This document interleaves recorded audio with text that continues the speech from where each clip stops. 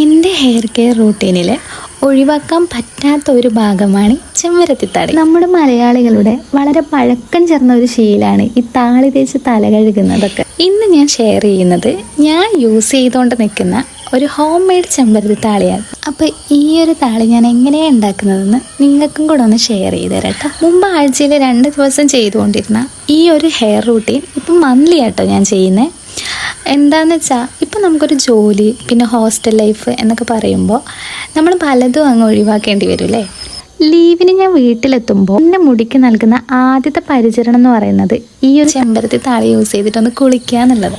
ഞാനിതിൽ യൂസ് ചെയ്യുന്ന കുറച്ച് ചേരുവകൾ എന്ന് പറഞ്ഞാൽ കുറച്ച് പേരയില, കറ്റാർവാഴ, കറിവേപ്പില, പിന്നെ ഉലുവ, തുളസി, ചെമ്പരത്തിപ്പൂവ്, പിന്നെ ചെമ്പരത്തിയുടെ ഇല.